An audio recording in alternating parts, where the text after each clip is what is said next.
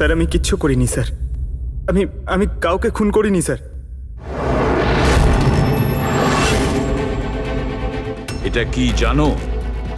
DNA report sir. তাহলে এটাও জানো যে এর রিপোর্টে কি লেখা আছে। আর তারপরেও তুমি চাইছো যে আমি মেনে নেবো যে তুমি কোনো দোষ করোনি, তুমি দোষী নও। স্যার স্যার আপনি আমাদের শিখিয়েছেন সত্যের থেকে বড় এই পৃথিবীতে আর কিচ্ছু নেই স্যার। এই কেসটার সত্যিটাও তাই স্যার। আমি আমি আমি কাউকে খুন করিনি স্যার, আমি সত্যি বলছি। তুমি যদি খুন না করে থাকো তাহলে তোমার রক্ত ওই অস্ত্রতে লাগলো কি করে পঙ্কজ? আমি জানি না স্যার। Damn it! জানো না মানেটা কি? হ্যাঁ, এই যে তোমার হাতে চোট লেগেছে, ওই যে রক্ত চিহ্নটা রয়েছে, সেটাই চিৎকার করে বলছে খুনি তুমি পঙ্কজ, তুমি। আমি আপনাকে বলেছিলাম স্যার, আমি অটো করে যখন ব্যুরো আসছিলাম তখন কেটে গেছিল স্যার।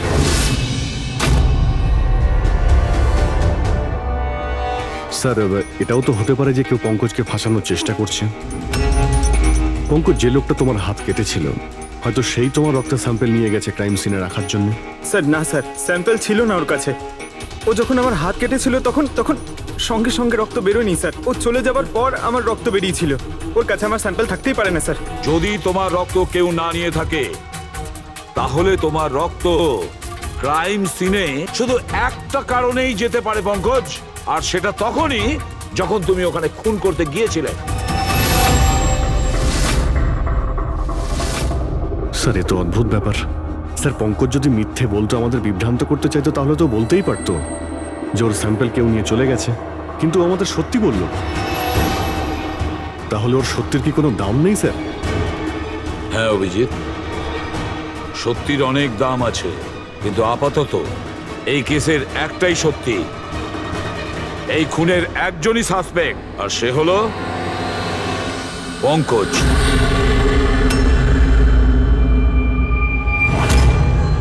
আমি তোমাকে সিআইডি থেকে সাসপেন্ড করছি। স্যার স্যার আমার কথা বিশ্বাস করুন, আমি কিচ্ছু করিনি। আমি খুন করিনি, আমি আমার বাবার দিব্যি করে বলছি স্যার। তোমার গান আর ব্যাচ। স্যার, একজন ছেলে তার বাবার শ্রাদ্ধের দিন কিভাবে তার মিথ্যে দিব্যি কাটতে পারে স্যার? আমি তোমাকে জিজ্ঞেস করিনি ফেডরিক। গান আর ব্যাচ।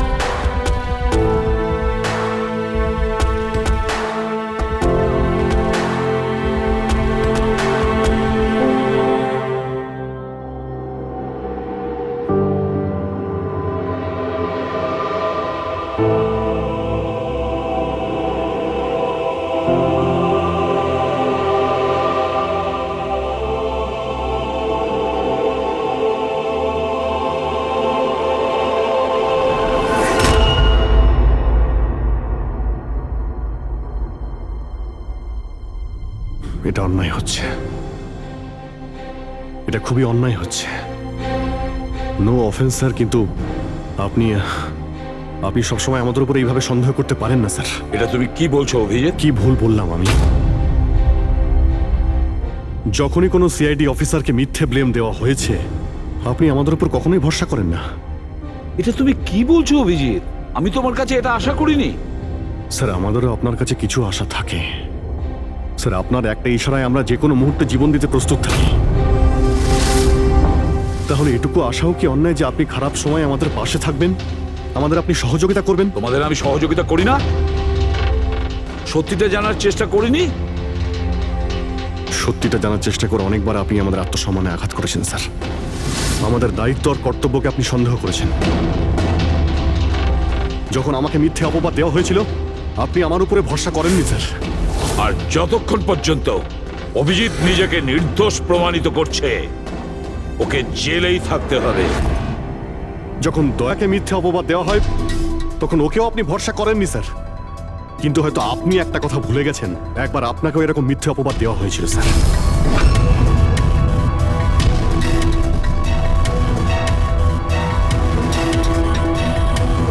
সেই মুহূর্তে আমাদের মধ্যে কেউ আপনাকে সন্দেহ করেনি। আমরা শক্ত দেওয়াল হয়ে আপনার সামনে দাঁড়িয়েছিলাম স্যার, যাতে আপনাকে কেউ ক্ষতি করতে না পারে। তাহলে আমাদের খারাপ সময় কি আপনি আমাদের পাশে দাঁড়াতে পারেন না? অভিজিৎ কোনো অপরাধীর থেকেও বিপজ্জনক একজন ইমোশনাল সিআইডি অফিসার। তুমি ইমোশনাল হয়ে যাচ্ছ অভিজিৎ। আমি তোমাকে এই কেস থেকে সরিয়ে দিলাম।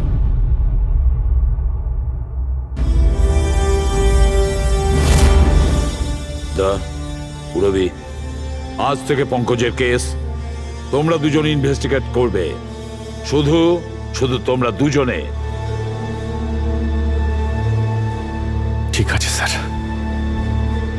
এখন আমার উপরে আপনার এতটুকুও ভরসা নেই যে এই কেসটাকে আমি নিউট্রাল ভাবে দেখতে পারবো কিনা। এত বছর ডিউটির পর এরকম মেডেল তো ভাগ্যবানীরাই পায়। Thank you sir.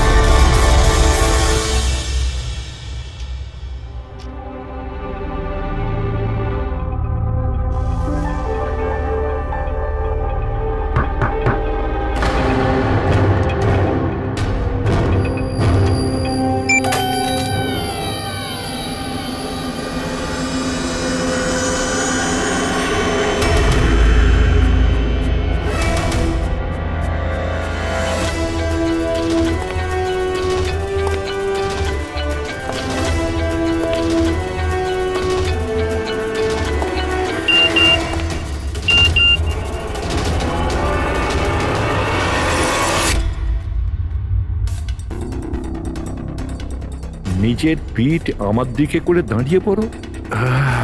চলো এটাও করে দেখে নি।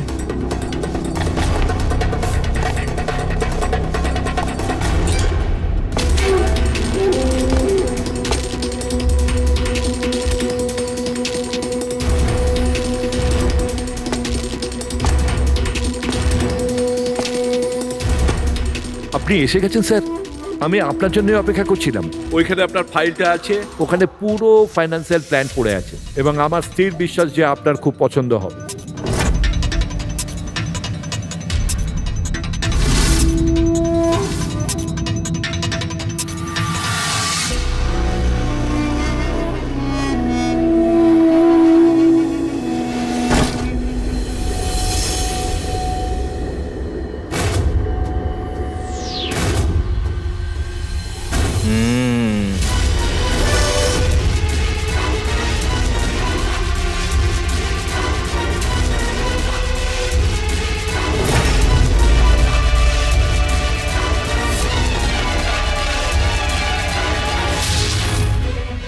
আরে এ তো নকল।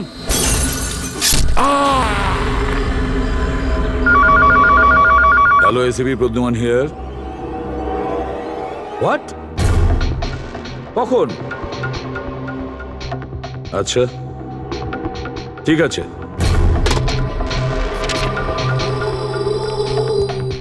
তা অভিজিৎ, বিক্রম বিজয় খুন হয়েছে।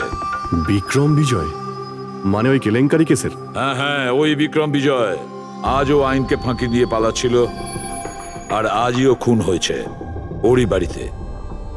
একদিন না একদিন তো এটা হওয়ারই কথা ছিল স্যার, এত শত্রুও পুষেছে ঘরের মধ্যে।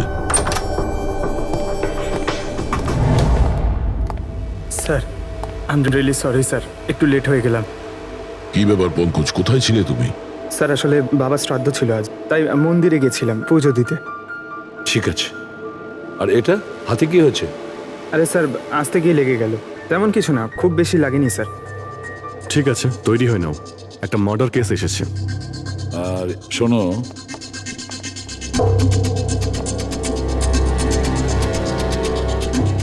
কার আবার মার্ডার হলো? বিক্রম বিজয়।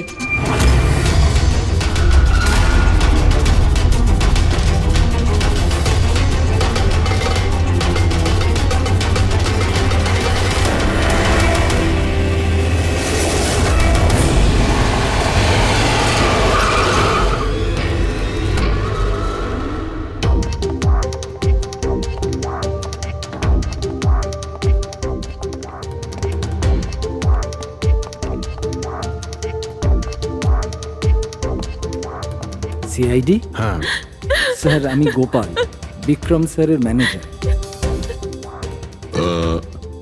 এই তিনজন কারা? এ মোহিত, বিশাল আর ও হলো রাঘব, এরা স্যারের সিকিউরিটি গার্ডস। ও, আর ইনি? ইনি বিক্রম স্যারের ওয়াইফ মধু ম্যাডাম, আর বাকিরা সব স্টাফ। বডি কোথায়? স্যার বডি ভেতরে আছে। এই ঘাড়ে আঘাত করেছে আর পেট আর বুকেও মেরেছে। খুনি এটা শিওর হতে চেয়েছিল যে কোনোভাবেই যেন এ বেঁচে না যায়।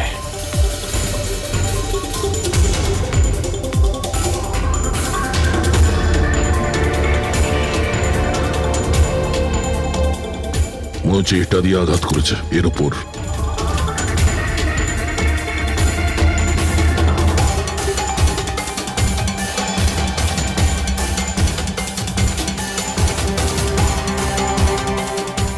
বিক্রমের ফোনে শেষ মেসেজটা কোনো আননোন নাম্বার থেকে এসেছিল। নিজের পিঠ আমার দিকে করে দাঁড়াও। পিঠ আমার দিকে মানে ওই লোকটা কি একে নিজের মুখ দেখাতে চাইনি নাকি?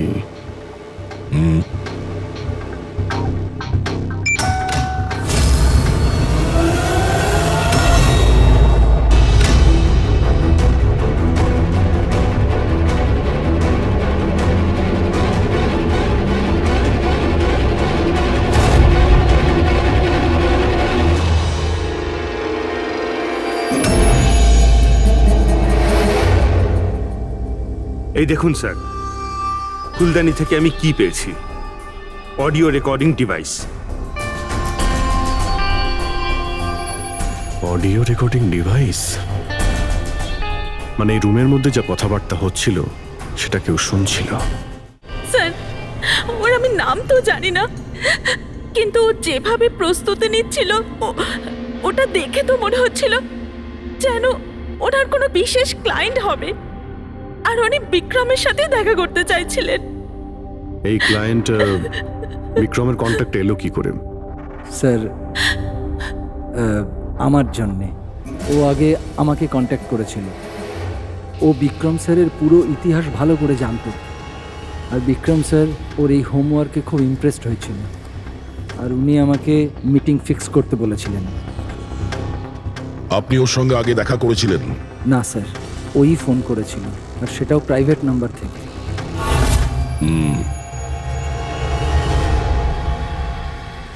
তাহলে আপনারা মিটিং এর আগে সবকিছু দেখে নিয়েছিলেন? হ্যাঁ হ্যাঁ স্যার। ওই রুমটা খুব ভালো করে চেক করে নিয়েছিলেন তো? হ্যাঁ। তাহলে এই অডিওর রেকর্ডিং ডিভাইস এটা রুমের মধ্যে এলো কি করে? স্যার এটা কোথায় ছিল? ফ্লাওয়ার পটের মধ্যে। ফ্লাওয়ার পটে? ওটা তো তুই চেক করেছিলিস না মোহিত? আমি চেক করেছিলাম স্যার, কিন্তু আমি এটা ফ্লাওয়ার পটে দেখতে পাইনি। দেখতে পাননি? আগে না। আচ্ছা, কিভাবে তুমি দেখলে না? ব্যুরো চলো, ওখানে সবাই খুব ভালোভাবে দেখতে পায়।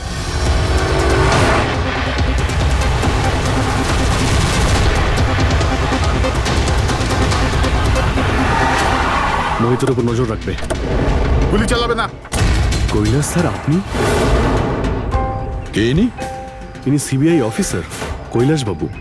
কেমন আছেন স্যার? দারুণ। কি ব্যাপার স্যার, হঠাৎ করে আপনি আমাদের রাস্তা আটকে দিলেন? অভিজিৎ, আমার ওই লোকটাকে চাই যে তোমাদের সিআইডির গাড়িতে বসে আছে। মোহিত? ও ও আমাদের অপরাধী স্যার, ওকে আমরা ব্যুরোতে নিয়ে যাচ্ছি ইন্টারোগেট করার না জন্য। অভিজিৎ, ও অপরাধী নয়, ও একজন সিবিআই অফিসার। কি বলছেন আপনি? এই মোহিত সিবিআই অফিসার? কিন্তু স্যার, এ তো ওই বিক্রমের ওখানে গার্ডের চাকরি করছিল। দেখাবার জন্য, সত্যিটাকে লুকোবার জন্য। কিরকম সত্যি স্যার? মোহিত একজন আন্ডার কভার। ও আমার কথাতেই ওখানে ডিউটি করছিল, আর আমার কথাতেই ও বিক্রমের ওখানে রেকর্ডিং ডিভাইসটা লাগিয়েছিল। আর এই কারণে কিছুই বলতে হচ্ছিল না। আন্ডার কভার মরে যাবে, কিন্তু প্রোটোকল ভাঙবে না। না ঠিক আছে স্যার, ওই অ্যাকচুয়ালি কিছু জিজ্ঞাসাবাদ তো করতেই হবে, খুনের ব্যাপার তো, জাস্ট জেনারেল জিজ্ঞাসাবাদ।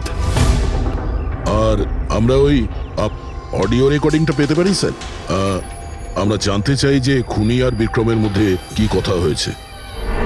আপনি এসে গেছেন স্যার, আমি আপনার জন্যই অপেক্ষা করছিলাম।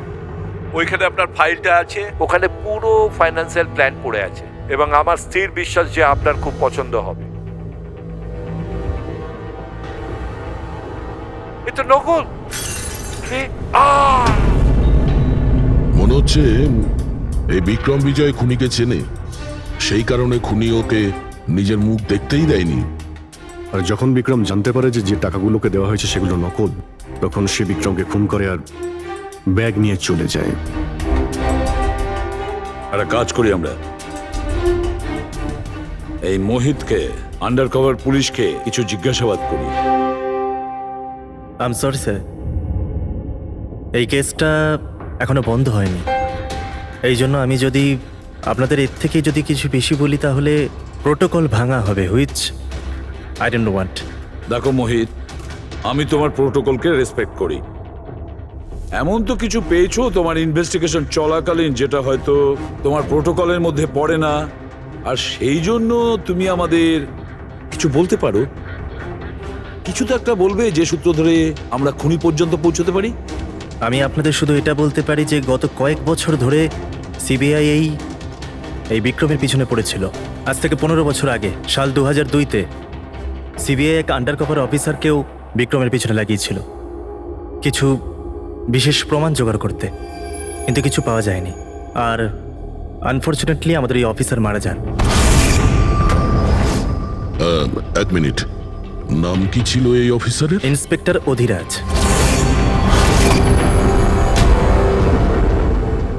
ইন্সপেক্টর অধিরাজ?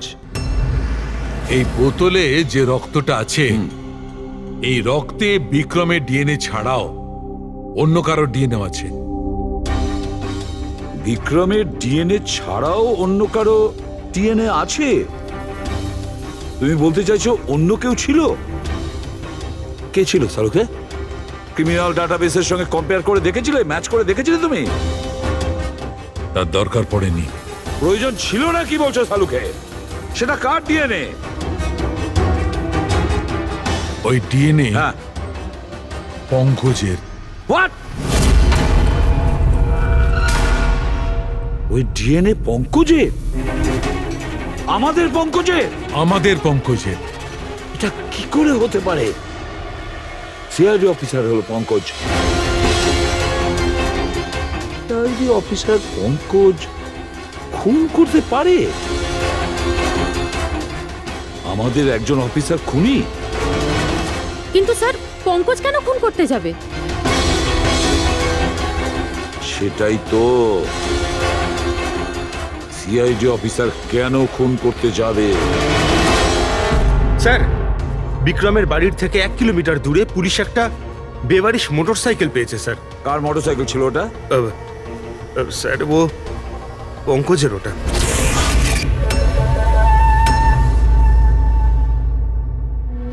ভাবছিলাম তাই। তার মানে পঙ্কজের বাইকটা পাওয়া গেল ওখানে, আর আপনাদের কারুর অবাক লাগলো না? ফ্রেডি, বিক্রম বিজয় যে মারা গেছে আজ 15 বছর আগে, অধিরাজ বাবু পঙ্কজের বাবা একটা আন্ডার কভার কপ বডিগার্ড সেজে বিক্রম বিজয়ের বিরুদ্ধে প্রমাণ জোগাড় করছিল, আর সেই কারণে ও মারাও গেছে। তার মানে স্যার পঙ্কজ এটা ভাবে যে পঙ্কজের বাবার মৃত্যুর পিছনে এই বিক্রম বিজয়ের হাত রয়েছে, আর এই জন্য ওর বাবার মৃত্যুর প্রতিশোধ নেবার জন্য।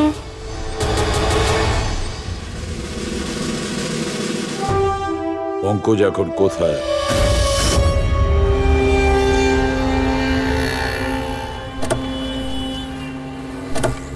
আরে স্যার, আপনারা?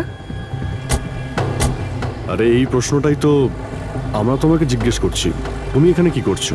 তুমি তো অসুস্থ ছিলে। আরে স্যার, বাইক চুরি হয়ে গেছিল আমার। এই সামনের থানাতেই রিপোর্ট লেখাতে এসেছিলাম। এই দেখুন। আমরা জানি তোমার বাইকটা কোথায়। আপনারা কি করে জানলেন স্যার? তোমার বাইক বিক্রম বিজয়ের বাড়ির কাছে পেয়েছি। সেই বিক্রম বিজয় যে তোমার বাবার খুনি। যখন বিউরোতে এসিপি স্যার বলল যে বিক্রম বিজয়ের খুন হয়েছে, তখন তুমি জানতে না ওই বিক্রম বিজয়? হ্যাঁ স্যার। আরে তাহলে তুমি বিউরোতে কেন বললে না? তোমার বলা উচিত ছিল যে বিক্রম বিজয়ই তোমার বাবার খুনি।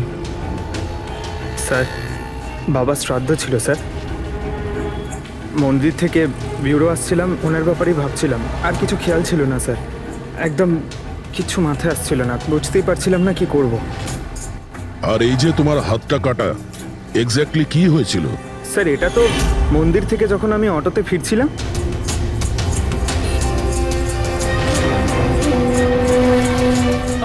কি হলো স্যার? তাহলে একজন অচেনা লোক আঘাত করে চলে গেল? হ্যাঁ, এমনি অকারণে? স্যার, আমি জানি বিশ্বাস করাটা একটু কঠিন, কিন্তু এটাই সত্যি। আচ্ছা পঙ্কজ, তুমি সবসময় তো বাইকে করে বিউরোতে আসতে, হঠাৎ তুমি অটো করে কেন এলে? হঠাৎ করে না স্যার, আমার বাইক তো দুদিন ধরে খারাপ হয়ে রয়েছে। তাহলে তোমার খারাপ হয়ে যাওয়া বাইকটাকেও নিয়ে গেল, সে ওটাকে রিপেয়ার করলো, আর ঠিক হয়ে যাওয়ার পর ওটাকে একটা ফাঁকা জায়গায় ফেলে দিয়ে এলো, তাও কাকতালীয় ভাবে এমন একজনের বাড়িতে ফেলে দিয়ে এলো যার আজই খুন হয়েছে, আর যে তোমার বাবার খুনিও। স্যার, আপনারা আমাকে সন্দেহ করছেন? আপনাদের মনে হচ্ছে ওই বিক্রম বিজয়কে আমি মেরেছি?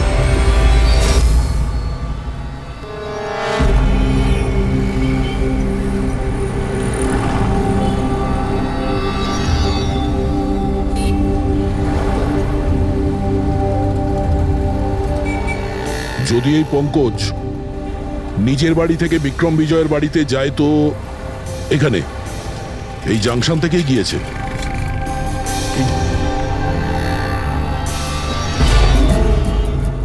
স্যার, সিগন্যালে সিসিটিভি ক্যামেরা রয়েছে।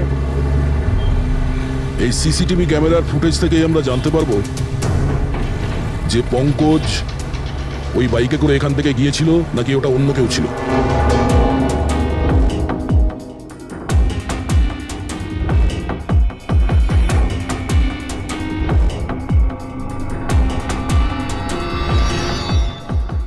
এক মিনিট রিওয়াইন্ড করো, পজ করো। স্যার, এই দেখুন, একে পঙ্কজের মতনই দেখতে লাগছে না? বাইকের নাম্বার হলো XYA4784। স্যার, পঙ্কজের বাইকের নাম্বারও এটাই? পুরবি, এই পঙ্কজ এতটা তো ভুল করবে না যে একটা অপরাধ করতে যাওয়ার আগে রাস্তায় আর একটা অপরাধ করবে, সিগন্যাল ভাঙার। নিশ্চয়ই কেউ আছে যে পঙ্কজকে ফাঁসাতে চাইছে, আর সেই কারণে ও সিগন্যালটা ভেঙেছে, যাতে আমাদের যে সন্দেহটা আছে পঙ্কজের উপর, ওটা আরো মজবুত হয়। কিন্তু স্যার, পঙ্কজকে কে ফাঁসাতে চাইবে? হতে পারে ওর কোনো পুরনো শত্রু। স্যার, আমার এমন কোনো পুরনো শত্রু নেই যে আমাকে ফাঁসানোর জন্য এরকম কিছু করবে স্যার। পঙ্কজ, খুব ভালোভাবে চিন্তা করো, কেউ তো হবে। না স্যার। যদি তোমার কোনো শত্রু না থেকে থাকে, তাহলে এই খুন তুমিই করেছো। তুমি নিজের বাবার মৃত্যুর প্রতিশোধ নিয়েছো তুমি, আর সেটাও ওনার মৃত্যুবার্ষিকীতে। স্যার, আমার প্রতিশোধ নেবার কোনো মেন্টালিটি নেই স্যার। আমি খুনি না স্যার, আমি একজন সিআইডি অফিসার। যতদূর বাবার কথা স্যার, আমি তো ওনাকে ভালো করে দেখিও নি। স্যার আমার তো এমন কিছু মনেও নেই যে উনি আমাদের সঙ্গে কখনো টাইম স্পেন্ড করেছেন বা আনন্দ করেছেন। স্যার উনি হয়তো কখনো ভাবতেনও না যে ওনার একটা ছেলে আছে যার ওনাকে প্রয়োজন। তার মানে হলো তোমার বাবার সঙ্গে তোমার সম্পর্ক ভালো ছিল না? স্যার উনি একজন আন্ডারকভার কপ ছিলেন, বেশিরভাগই নিজের কাজেই ব্যস্ত থাকতেন। বাড়ি, সংসার, সন্তান, পরিজন সেসব নিয়ে উনি কোনোদিন মাথায় ঘামাননি। আমাকে শুধু আমার মাই মানুষ করেছেন স্যার। কিন্তু তাও বলছি পঙ্কজ, তোমার নিজের বাবার সাথে কোনো না কোনো স্মৃতি তো জড়িয়ে থাকবে না? কিছু মনে আছে? শুধু স্যার এইটুকুই মনে আছে আমার স্যার, আমাকে উনি মেলায় ঘুরতে নিয়ে যেতেন, কিন্তু মেলায় নিয়ে যাওয়ার আগে উনি আমাকে হসপিটালে নিয়ে যেতেন প্রতিবার। কি? হসপিটালে? ওটা কেন? হয়তো ছোটবেলায় আমি খুব অসুস্থ থাকতাম, আর উনি হসপিটালে নিয়ে যেতেন, আর আমার খুব ব্যথা লাগতো স্যার। যন্ত্রণা? পঙ্কজ, কোথায় যন্ত্রণা হতো? স্যার পিঠে, এখানে স্যার। পিঠে? পঙ্কজ, ডাক্তার পিঠে কি করতো? না স্যার, তেমন কিছু মনে পড়ছে না স্যার। মনে করো পঙ্কজ, মনে করো কি করতো? তোমার পিঠে ইঞ্জেকশন দিত বা পিঠে থেকে রক্ত বার করতো? কি করতো মনে করো? Sir sir sir drill machine দিয়ে কিছু করতো হসপিটালে। কি বলে? ড্রিল মেশিন দিয়ে? আর তারপরে তোমার পিঠে যন্ত্রণা হতো? খুব ব্যথা করতো স্যার, আমি তো এক সপ্তাহ ঠিক করে বসতে পারতাম না। আর তারপর বাড়ি যাবার পর তোমার ঘুম পেত, অদ্ভুত কিছু মনে হতো, মাথা ঘুরতো? হ্যাঁ স্যার। স্যার মেলায় যখন আমি ঘুরতে যেতাম তখন ঘোরের মধ্যে থাকতাম স্যার, সারাক্ষণ মাথাটা ঝিমঝিম করতে আর ঘুরতো স্যার। কিন্তু স্যার এই কথাটার কেসটার সাথে কি সম্পর্ক? সম্পর্ক আছে বস। আমার মনে হচ্ছে এর বাবা এর খুব কম বয়সে এর বোন ম্যারো ডোনেট করে দিয়েছিল। কিন্তু স্যার বাচ্চাদের বোন ম্যারো ডোনেট করা তো বেআইনি কাজ। বেআইনি কাজ, কিন্তু আমার মনে হচ্ছে বস টাকার জন্য বা যে কোনো কারণেই হোক ওই ডক্টর এর বাবার জন্য এই সমস্ত করেছে। সেটা বুঝলাম স্যার, কিন্তু আমি এখনো এটা বুঝতে পারছি না যে ওই ঘটনাটার এই কেসের সাথে কি সম্পর্ক। কানেকশন এইটা পুরোপুরি, যখন কাউকে বোন ম্যারো ডোনেট করা হয়ে থাকে তখন যাকে বোন ম্যারো ডোনেট করা হয়েছে সেই ব্যক্তির হিউম্যান কাইমারিজম হয়ে যায়। হিউম্যান কাইমারিজম? এটা কি ডক্টর সালুখে? মনে করো যে লোকটাকে বোন ম্যারো ডোনেট করা হয়েছে সেই ব্যক্তিটির শরীরে দুটো ডিএনএ তৈরি হয়ে যায়। একটা ডিএনএ সেইটা যেটা ওর নিজের অরিজিনাল, আর দ্বিতীয় ডিএনএটা তার যার বোন ম্যারো তাকে ডোনেট করা হয়েছে তার। তার মানে ডক্টর, পঙ্কজের বোন ম্যারোটা যে পেয়েছে তার রক্তেও এই পঙ্কজের ডিএনএ আছে? এক্স্যাক্টলি দয়া বস, আমার মনে হচ্ছে সেই ব্যক্তিটা একটা বিশেষ লোক যার জন্য পঙ্কজের বাবাই কাজ করেছিলেন। এমন কোন বিশেষ লোক যে পঙ্কজের বাবা ইন্সপেক্টর অধিরাজের খুব কাছের মানুষ ছিলেন, আর তার মৃত্যুর প্রতিশোধ নিতে গিয়ে ও একটা খুন করে বসে। কিন্তু কে?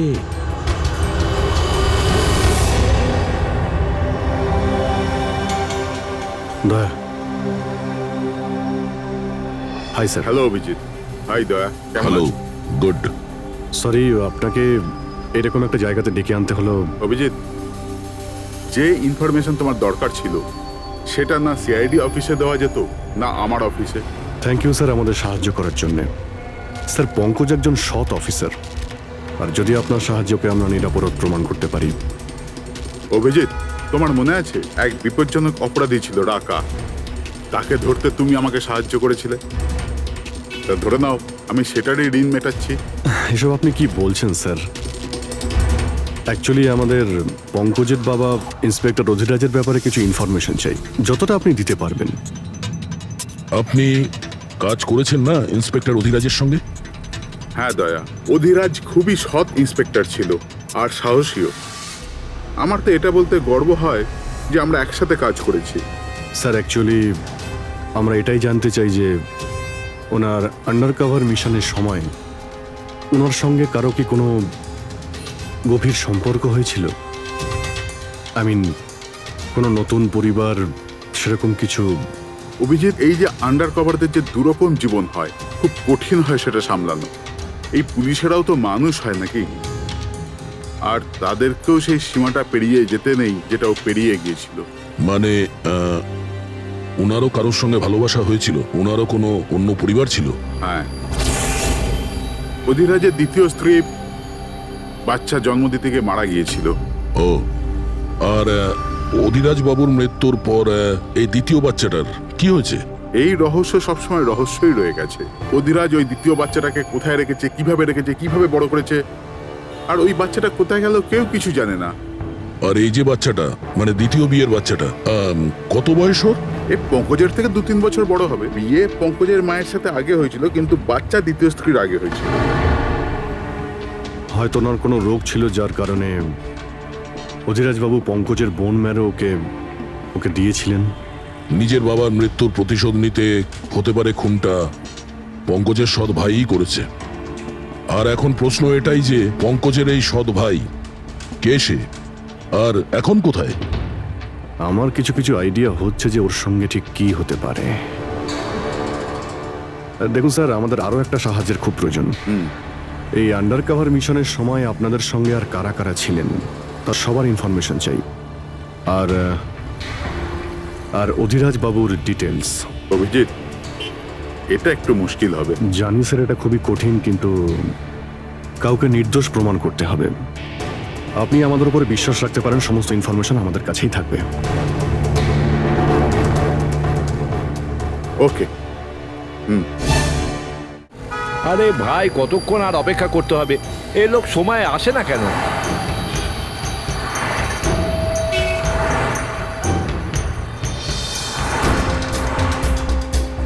আরে ভাই, আধ ঘন্টা ধরে অপেক্ষা করছি।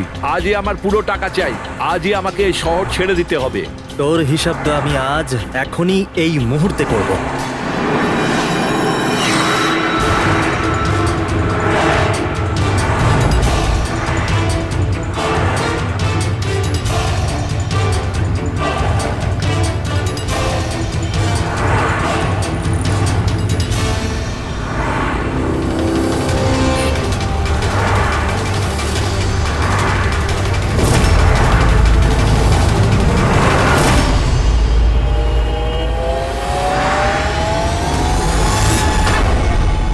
তোর অ্যাকাউন্ট সিআইডি বন্ধ করবে।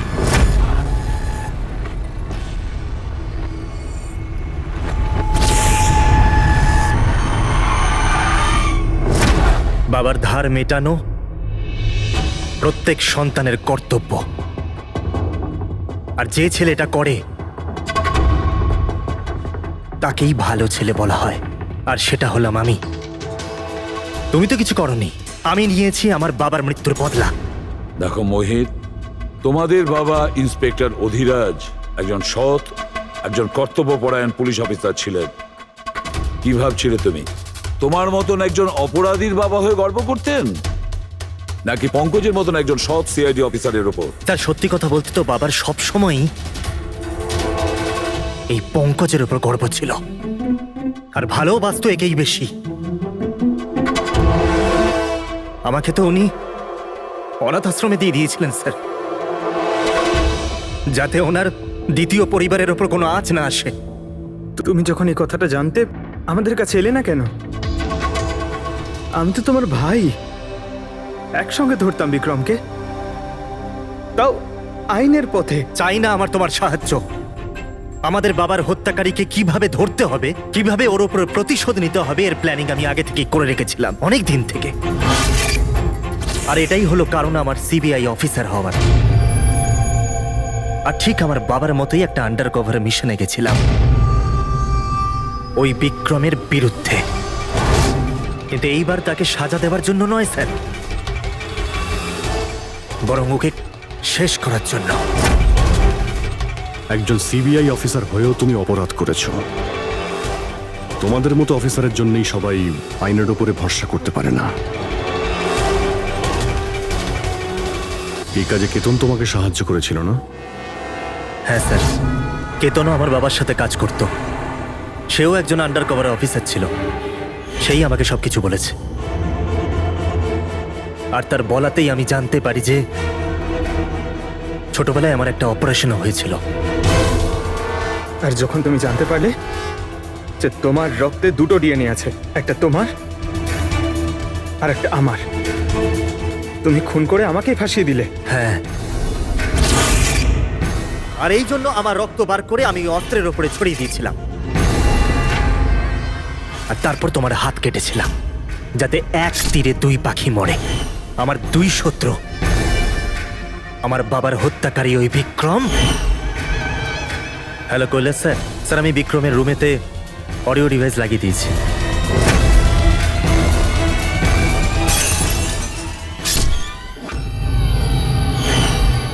আর তুমি আমাকে এত ঘৃণা করার কারণ কি ভাই? কেন করবো না বলো তো? আজ পর্যন্ত সবকিছু তুমি পেয়েছো। আমাদের বাবার নাম, ওনার ভালোবাসা, ওনার সম্মান, সবকিছু। আর দুঃখের বিষয় তো এটা যে এত কিছু পাওয়ার পরেও তোমার এতটুকু হুঁশ ছিল না যে আমাদের বাবার হত্যাকারী কে। স্যার, আজকে যদি আমি না হতাম তাহলে আমাদের বাবার হত্যাকারী আজও বেঁচে থাকতো এবং ঘুরে বেড়াতো। আর তুমি কি পেলে মোহিত? জেল। আর খুন করে তোমার বাবা কি পেল? মরার পরে লজ্জা। স্যার, একটা প্রশ্ন করতে পারি আপনাকে? আপনারা আমার কাছে পৌঁছলেন কি করে? কারণ আমি এতটুকুও ভুল করিনি সমস্ত প্রমাণ পঙ্কজের বিরুদ্ধে করতে। সেটা তো আমরা জানতাম যে পঙ্কজ এই কাজ কোনোদিন করতে পারে না। আর বাকি রইল তোমার অবধি পৌঁছানোর। যখন আমরা দুটো ডিএনএর খোঁজ পেলাম, আমরা তোমার বাবা ইন্সপেক্টর অধিরাজের ব্যাকগ্রাউন্ড চেক করলাম। সেখান থেকেই আমরা জানতে পারি যে ওনার আরো একজন ছেলে আছে,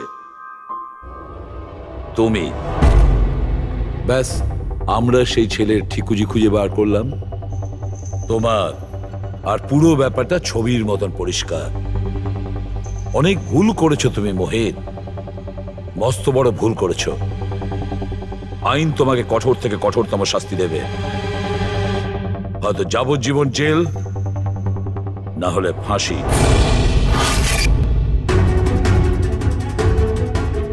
ফ্রেডরিক,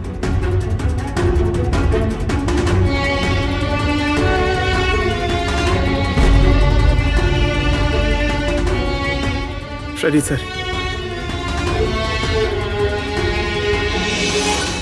আমি জানি তোমার মনে শুধু আমার প্রতি ঘৃণাই আছে, কিন্তু আমি সত্যি জানতাম না আমার কোনো ভাই আছে। আমি জানি না তোমার সঙ্গে কি হবে, কিন্তু তুমি একটা কথা সবসময় মনে রেখো, আমি তোমার অপেক্ষা করব। I'll wait for you, brother.